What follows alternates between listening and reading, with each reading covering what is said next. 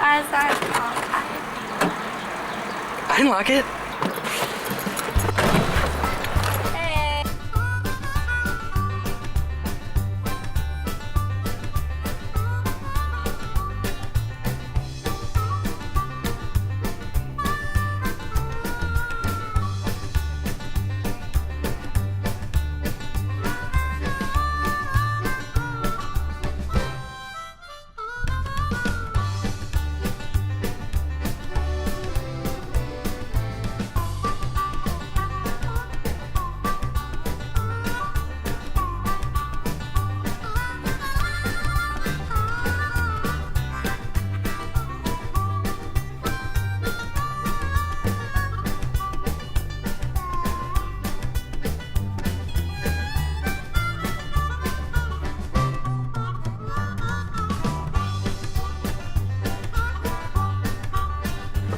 That's crazy.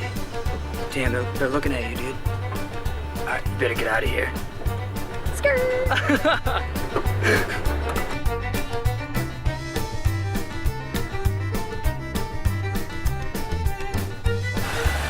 All right, time for the interview. Lindsay Bernert, What's up? how was the drive? It was a little rough, but it was awesome. Got lost once, huh? Once or twice. But it's no big deal. We found the red gate. No big deal. We didn't find the red gate, actually. We're still lost. Just chilling on the car though, with the Just beautiful chilling. view behind yeah, you. It's kind of nice. It's all right. So what's next? What do you think Dave's gonna be like? Dave will be, he's a nice guy, you know? You've met him? Yeah. Oh, When I was a wee little one. but he could have changed. That's true. People change, you know? People do change, man. Yeah, they do.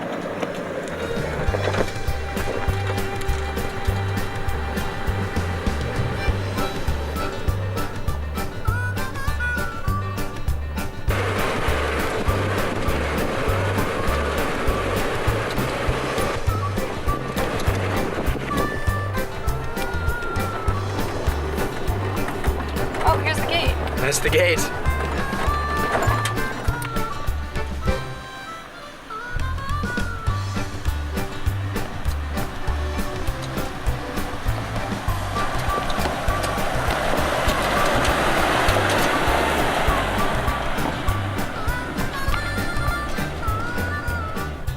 We're just a tiny bit lost right now. Could be somewhere out there. But I don't think this is the house. For some odd reason.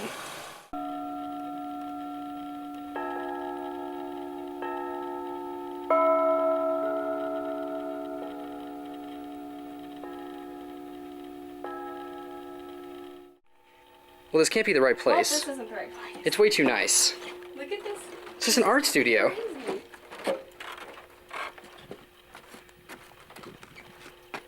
Well, it's hard not to get inspired here for art.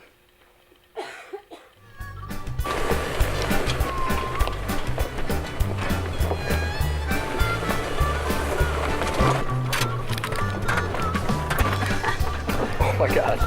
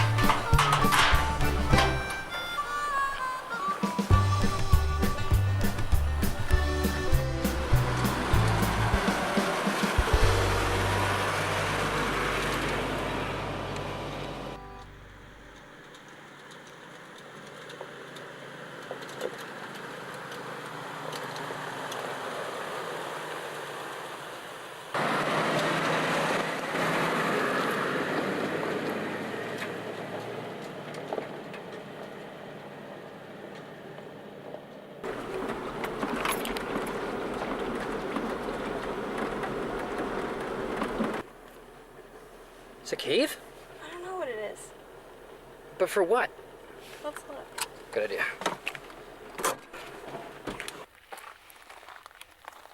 Dare to go in there. Just stop. It just stops right here? Oh shit. This is where people were picking for gold.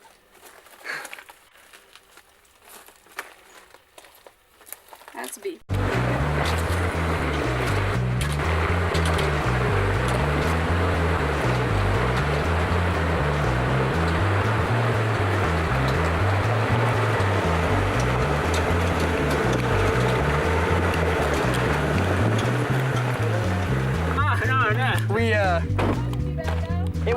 It wasn't bad. Great to meet you. In 10 years? 10 years or so, I'd say. Tyler. Right? Tyler, Nice yeah. to meet you. And Lindsay? Lindsay, yep. Oh, okay. Good to see you.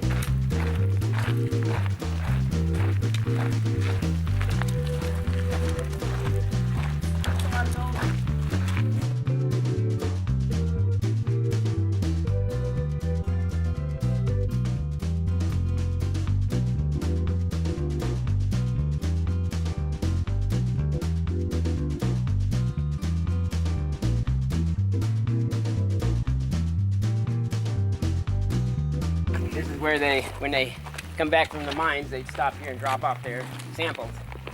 And he'd run the assays overnight.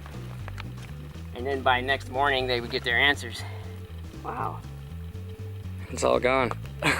Yeah, And this is one of the newer ones, right? yeah. 1920? Just wasn't built as well, huh? They made some mistakes. When we get up to the big house, I'll show you some things that they did wrong. But they knew what they were doing with the adobe. It was the stucco that they didn't know how to handle. Huh. And they made some mistakes with it. And they did some of the buildings a little bit differently. Like the kitchen was done a little bit differently from this building, and it's in pretty good condition. Yeah. You know, just by doing things a little bit A little bit different. It makes a big difference. You make one little mistake and everything kind of falls apart. Yeah.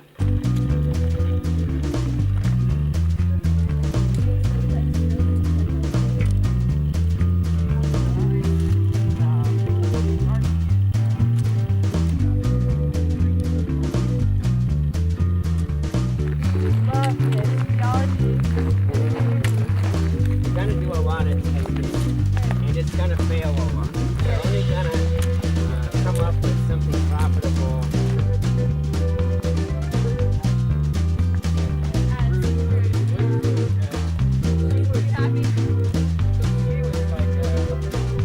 Yeah, this was a piece of. Both of these were kind of worthless tanks. See, that one was leaking before they ever got it hooked up. Oh, wow. These are just worn out gas station. This one's a worn out gas station tank. Oh, okay. That one was another water tank that was used, but it was already almost rusted out Wow. when they brought it in here.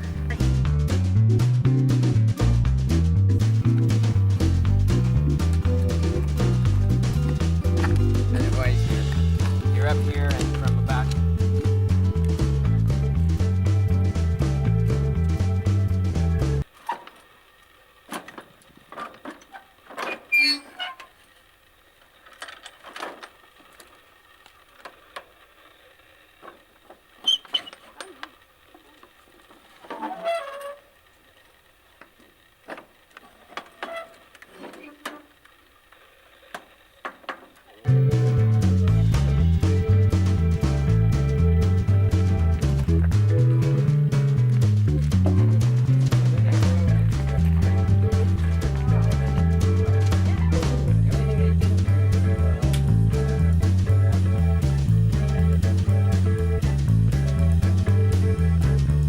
these cores are sitting here because they didn't show anything. Right. I'm holding this thing on and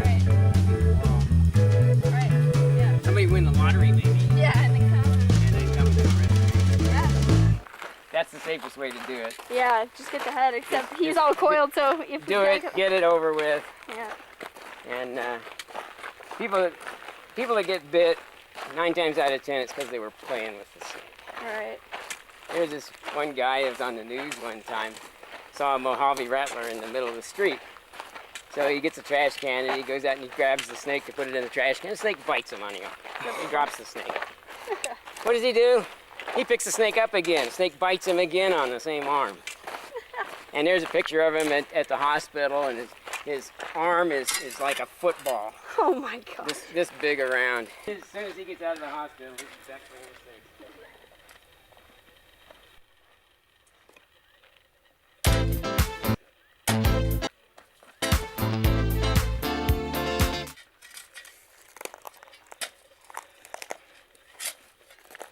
Yeah, my aim's not as good as it used to be. Yeah, he's a coontail. How's that? Wow. See the stripes? Yep. For the critters.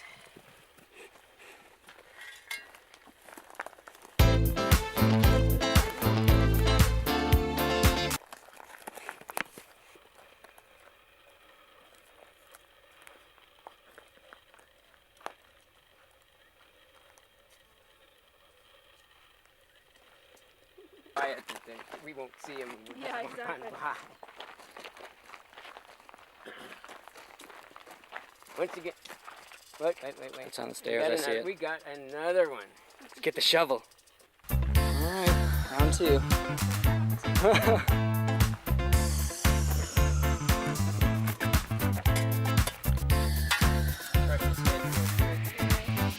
Somebody were to come along and barefoot, step on his head and snake it, stick it there. Wow, they would be biting themselves.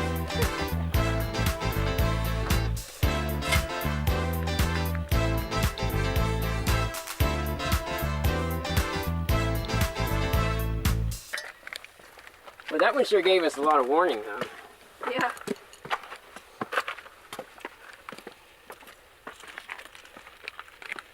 They had a lawn here and a gardener to mow the grass. Oh, wow. Of course. Living the dream. Oh, yeah. In 1920, Pat Fogarty was the guy who was working these claims.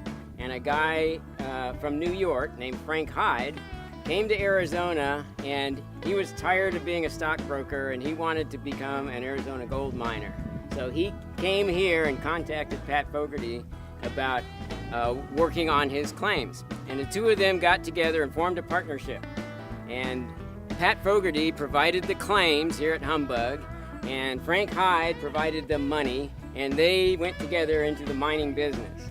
Now, first thing they needed to do, there was a lot of work that had to be done. Roads had to be built, buildings had to be built, a mill site had to be built, all kinds of work had to be done. So they brought in a lot of help, mostly Mexican laborers.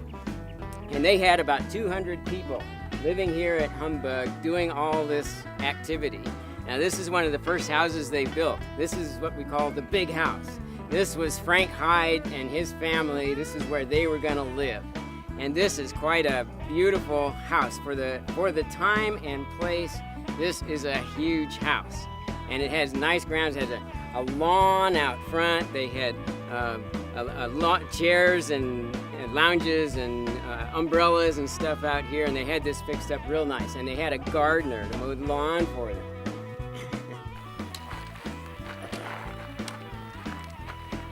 Now here you can see what double adobe. Oh, I Adobe see. is done. Yeah. There's actually 2 adobe walls here, an inner and an outer, and there's a airspace in between. The airspace acts as the insulation. Oh, interesting. The outer wall holds the heat out, and the inner wall holds the cool in. Huh. And it works really good. Yeah. Cool place. Hope they're coming in. Wow.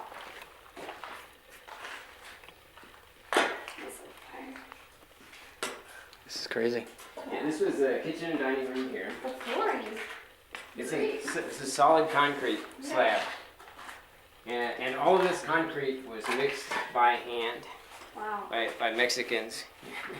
And they poured a continuous pour from one end to the other. It probably took them about 2 weeks Yeah. to do this slab, a crew of maybe a dozen. Okay, there's real gold in quartz. Oh, okay. Oh, yeah, Put that the in the colors. light. And you can see, Oh, okay, yeah. yeah, this is much more silvery. Yeah, yeah. And pyrite has a cubic crystalline structure. So what that means is you get they're in little crystals. Right, I see that. So if you rotate it in the light, it sparkles. Mm-hmm. You know, flashes, and then the flashes go away. Right. Gold isn't usually crystalline, so when you rotate it, it doesn't change that much. Right. If you go down in the creek, you can get gold that has eroded down into the creek. Right, once it's already thousands washed. and thousands of years ago, and it's been sitting down there waiting for somebody to come and dig it up. Yeah. And that's what this is. And see, there's some flour gold, Oh yeah. which is very tiny pieces of gold. Same concept. It's just been more eroded, or Yeah, That's it's a harder lot. to recover when it's this small. So what I do is, this stuff I just pick it out by hand. right. But this stuff I have a machine that can recover. Those pieces are just too small to get out by hand. Oh yeah, I'm sure. Here's what a nugget looks Oh like. wow. That's cool. This one has a little bit of quartz in it. Right. That's a good size nugget too. Yeah, that's a 1/4 ounce. Wow. Now that one came from French Creek. And these 2 nuggets are the 2 biggest nuggets that actually come from this creek. Oh, okay. Wow. And do these, you pull them out of the rocks, or are they really just Nope, nuggets that are found like they're that? just down in the creek. Wow. They're found like that. Now occasionally you find a piece of gold that has a piece of quartz attached to it. Right, okay. Kind of pretty. Yeah. Yeah. That's cool. But most of the Did you time... remove it, or do you leave it No, as no, is? no. Oh, no. I leave it. Yeah. Put it in. All the ones I've found so far have been pretty small. I Right. put them in a little bottle with water in it, and the water keeps the gold shiny. Uh-huh. And it also, this is called a magnifier bottle. The water in there acts as a magnifier and makes it look bigger. Any fortunes that were made mining here were made lode mining.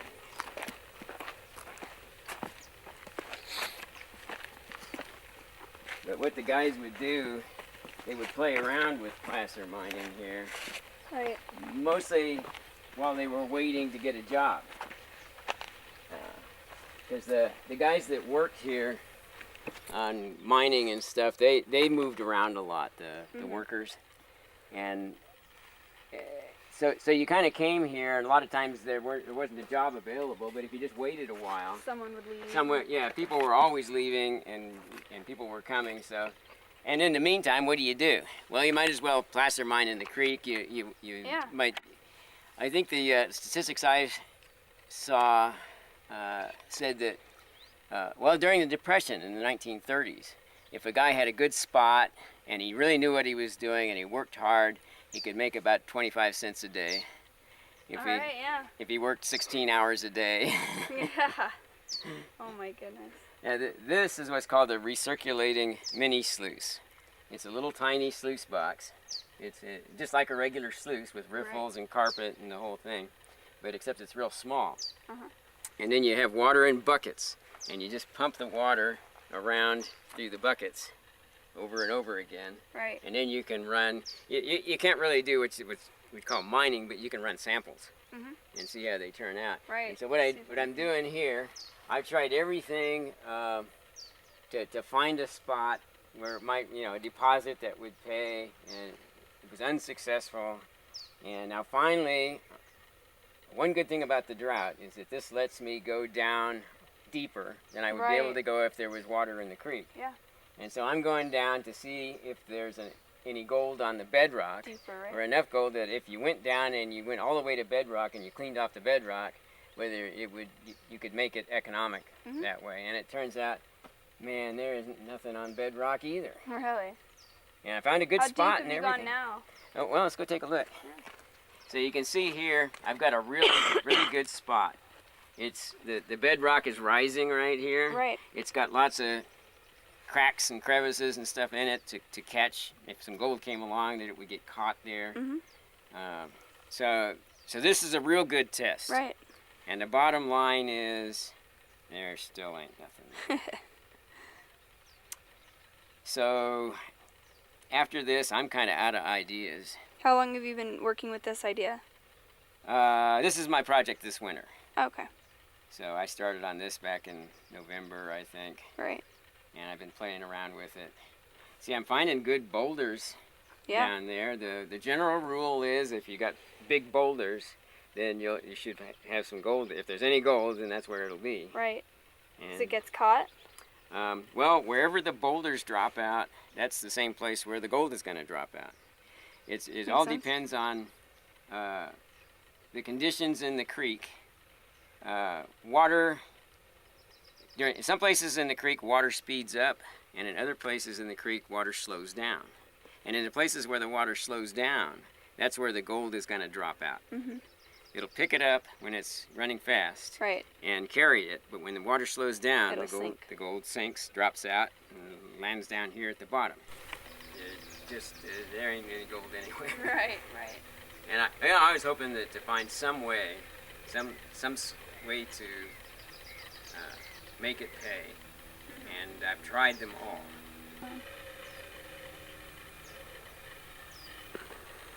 So what I do is I dig a bucket of dirt down there, get all the rocks screened out of it. Right. Bring it up here. Turn on the sleeves. Cool.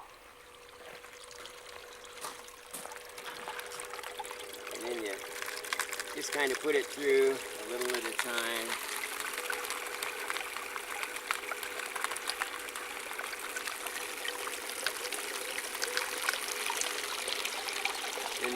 And all the dirt gets trapped in here, and the water overflows in there, and the pump is in the bottom of that one.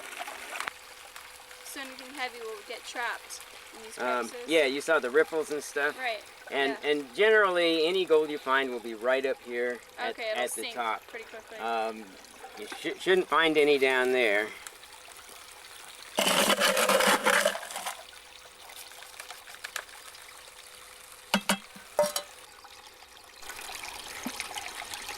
Clean this up a little bit. Get the rocks out of there. Turn it off.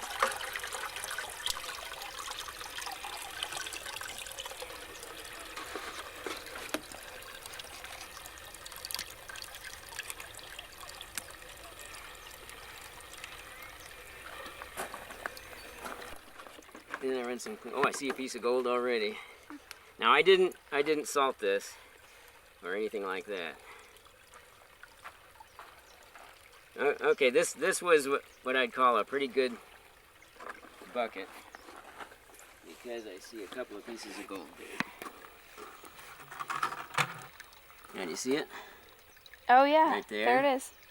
And right down there in the corner. Oh yeah. Now I have to get my glasses out. Yeah, this is kind of unusual to have two pieces that size, but hey, you know.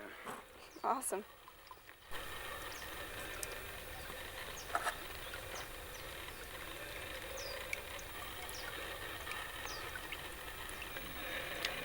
There's a piece of lead shot. Oh yeah. From a shotgun. Yeah, after about 50 years it turns white. So this is from about 50 years ago. There you go. Actual Humbug gold. Now if you hold it sideways, like this, and look down into it, yeah. it acts as a magnifying glass, and you can actually see it. See it? Yeah. And especially if you get the sunlight on it, Oh, then yeah. it'll show up real good. Cha-ching!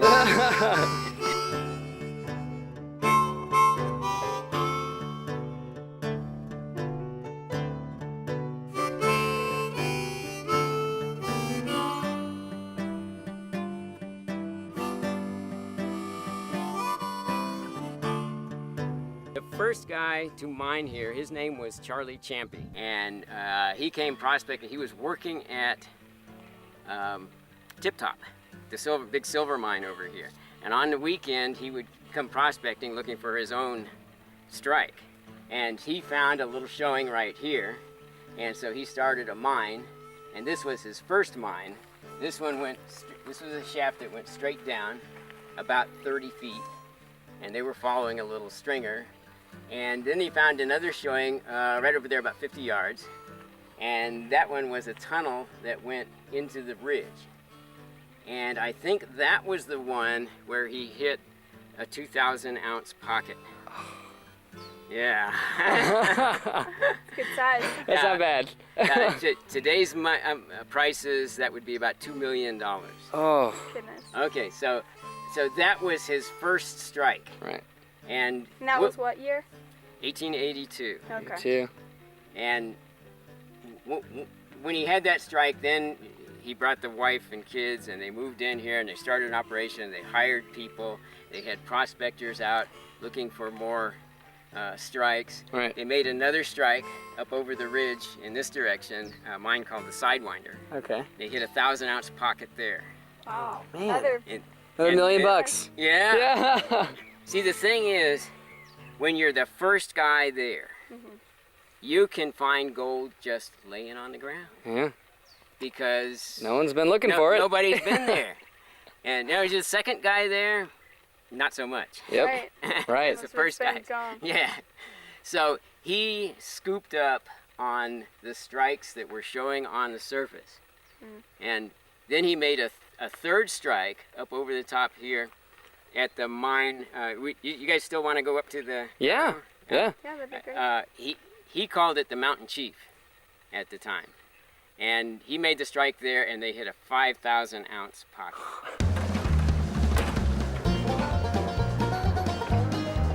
Yeah, but if I hit the big one and had all the money, I could build a house right up on top there where the Perro is, and have a 360-degree view of probably the last real wilderness left in Arizona. Okay, we're up on the mill site here. This is equipment that was brought in for a mining attempt that was made in 1991 to 1993.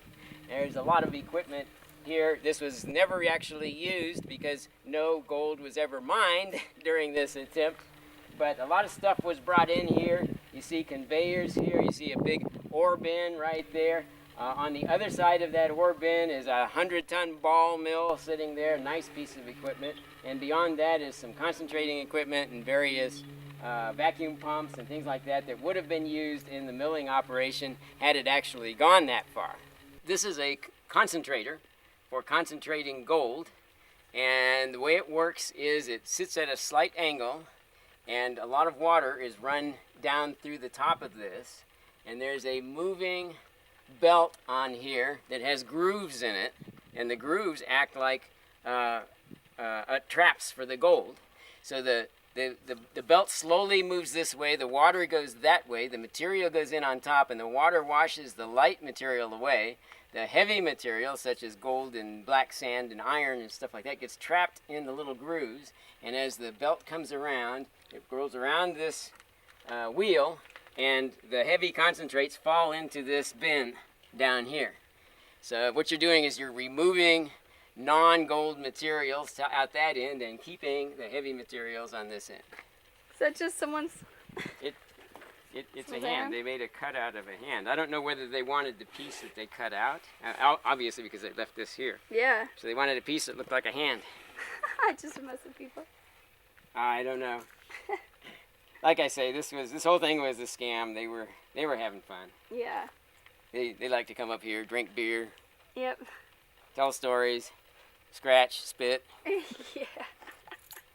That's awesome. chew, smoke, Living the do good all this stuff that guys really want to do but don't dare. Yeah. This is a 100-ton ball mill. When I say 100 tons, that means it will process 100 tons of ore in an 8-hour period. Now that's not really a fixed figure because it all depends on the ore that you're milling. If it's very hard ore, then you're not going to run 100 tons in 8 hours. But if it's reasonable ore, that's sort of an average figure. And what it is, it's run by an electric motor, which is on the other side there, through a set of gears. And it's just a big tumbler, big rock tumbler. It turns around. And you put in big steel balls about this big, and they go inside the tumbler. You put your ore in there, and as the thing turns, it raises those balls up, and they drop here over and over again as the thing turns, crushing that ore. And once you crush it, then you're ready for concentration. Cool. After that. Then you take that crushed material, run it through there to extract the large pieces of gold out of it. Then you have other things when you get down to this really fine pieces that you can't get out with the concentrator. Then you have flotation to get those little tiny pieces out, and that piece of equipment right there is a flotation tank.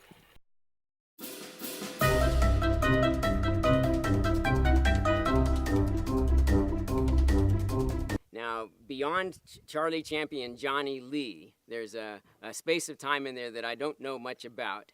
And I do know that in 1920, that Pat Fogarty had these claims and was working them with a small crew of his own when Frank Hyde came into the country.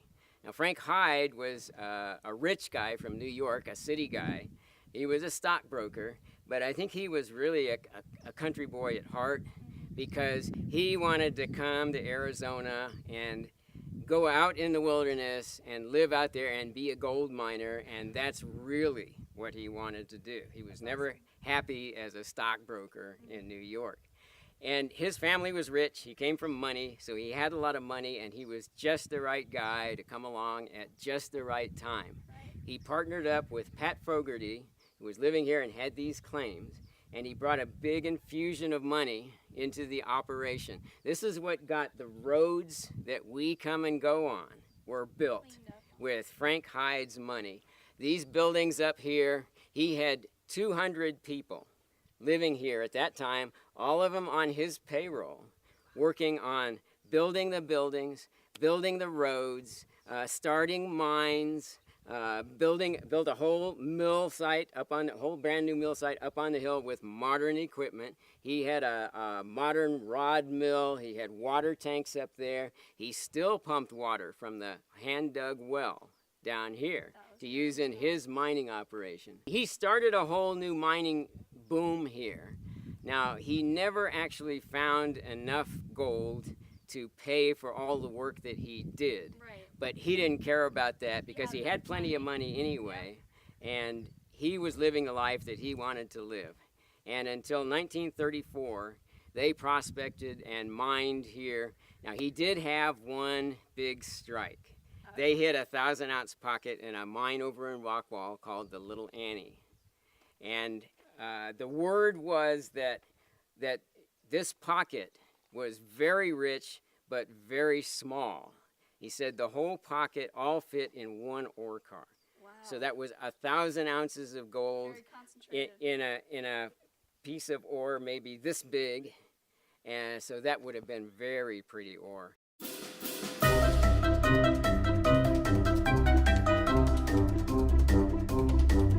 The way it works is miners don't like to dig straight down because then they have to haul everything up in buckets, and that's really slow. What they want to do is they want to come out here and tunnel in underneath it and then stope, is what they call it, stope upward. They can just use gravity to drop it down right into the cart and take it on out and load it up and ship it and bring the cart back, and they're moving much more ore much faster. So what they did up there, the 5,000 ounces came out of the first level, which is the first 100 feet, where they went down and they tunneled in 100 feet down, and then they stoped up to the surface. Then at that point, it was still good. So they went down another 100 feet, dug another tunnel, the second level, and came in and stoped it up to the first level. And it was still pretty good there. So they went back down another 100 feet to the third level. And they tunneled in the tunnels get longer each time. Right. And they tunneled in 500 feet and then stoped it up to the second level. Now the first level up here, it's all caved in. It's just a rock pile. We can't get into that. The second level is partially caved and not safe to go into. But the third level, the one that's 500 feet long, that is still solid and stable, and that's the one that we're going to go into.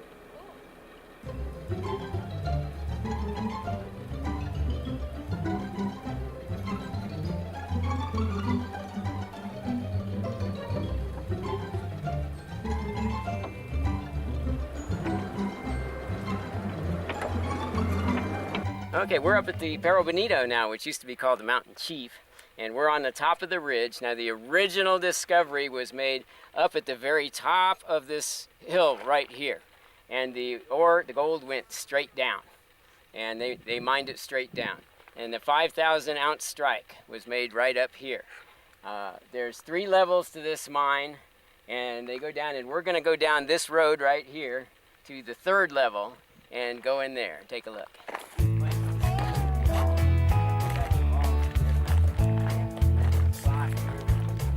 Never get tired of looking at it. Sure. This is huge. But it was taken before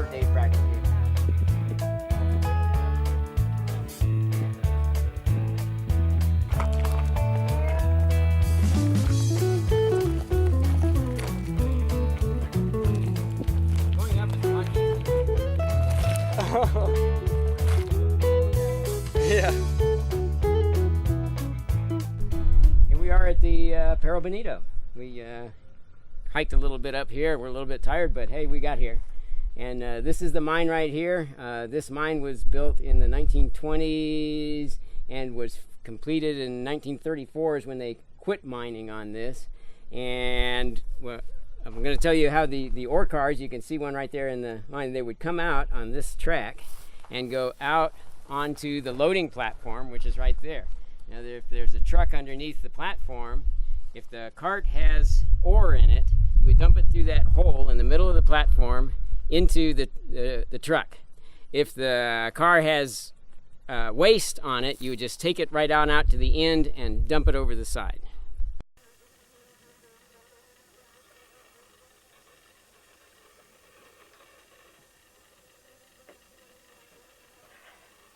I don't know what we're going to do about this. What do you usually do when you come across this? Usually they're not under the ore car, they're a little farther down there, and I got a big piece of rail that I use to whack him with, and then I kill him and throw him out. Yeah, I can't find anything very long. Boy, he's a buzzer. Boy, he's hard to see. I still have not seen him.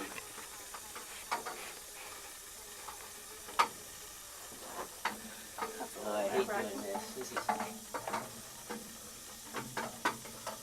as dangerous as it gets. We better off avoiding it?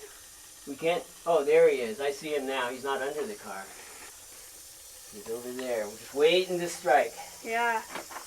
And it's not a coontail. I think it's a blacktail. You don't have to. Yeah, I'm gonna extend this thing out one more.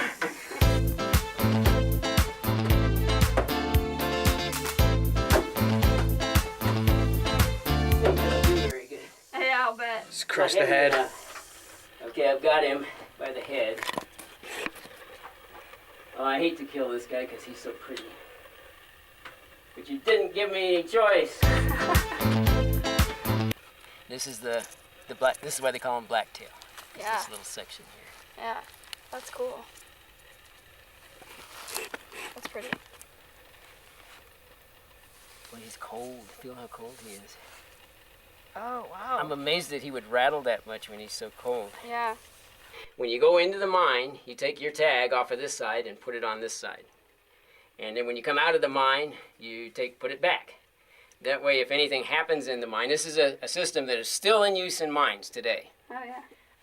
If anything happens in the mine, all you have to do is look at the board to tell who's in still there. in. Exactly who's in there. A neat thing about this mine is when they dug this tunnel, they were going toward a place 500 feet away. Okay. But what they did was they followed the vein out here, and they said, well, let's just dig in, find the vein, and then follow the vein to where we're going. Yeah. And Might as well. the reason they did it that way is they were hoping to hit other gold deposits along the way. Mm-hmm. And sure enough, right away, they hit one there, and they hit one up here, Oh, wow. So this goes 100 feet down. 100 feet down. And there was gold down there? Yeah, there was gold all the way down. They just followed it down. That's crazy. And they stopped at 100 feet, and then they mined it up.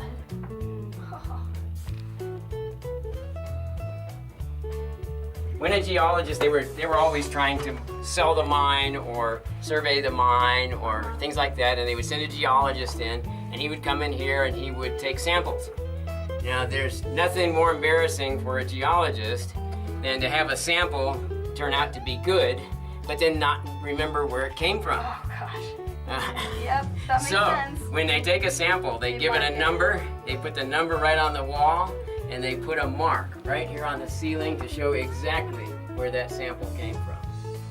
Geologists have a saying that even when all the indicators for gold are excellent, the occurrence of gold is still rare. And you see this all this lumber over here on the left. This is an ore bin. And you see there's a covering up there, a bunch of timbers up there with a hatch in it. What they would do is they would go up there and they would drill and load their charges up there and then come down and then close that hatch. when the charges went off, the ore would fall down onto that platform, and they would push it down into this bin and store it up in this bin. And then they could let it out of the bin right down here into the ore cars. Wow. And so if you were to continue this on, there's every reason to believe that you would hit other deposits, continue to hit. Now here's a really big bug right there. See that cavity Oh yeah. in the rock? You were telling us about that. And this is the end. This is called the face. This is where they were working last. And you can see the ends of the last drill holes where the last chutes were made. Yeah. Okay. Now how this is done is they have a drill, steel. It's just a round steel rod that has been hammered by the blacksmith to a chisel point on the end. And they place it against the rock and you hit it with a 3-pound hammer. Bang! And it chips out a little bit of rock. You turn it a little bit. You hit it again. Bang! Chips out a little bit of rock. And you keep turning it and you keep hitting it until you chip out a hole. And you keep on going like that, and you have a set of 3 of these drills of various lengths. You start with a short one, and when that gets into the rock, you pull that out, you go to the next longer one, and you keep on going until that hole is 3 feet deep into the rock. Wow. Okay? At that point. Then you do it 7 more times. Oh my gosh. Yeah. When we go and stand underneath the last stope here, you'll feel the air moving. It's going up the shaft Oh, okay. and out the second level. Oh, that's why it's so. Because the second level is still open. Wow, this is so cool. So it makes it real comfortable in here. You could live in here. Yeah. Feel the air move? Yeah. Oh god.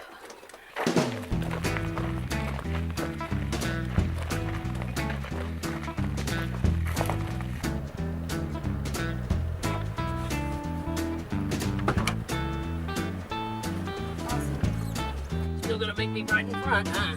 Yep. Okay.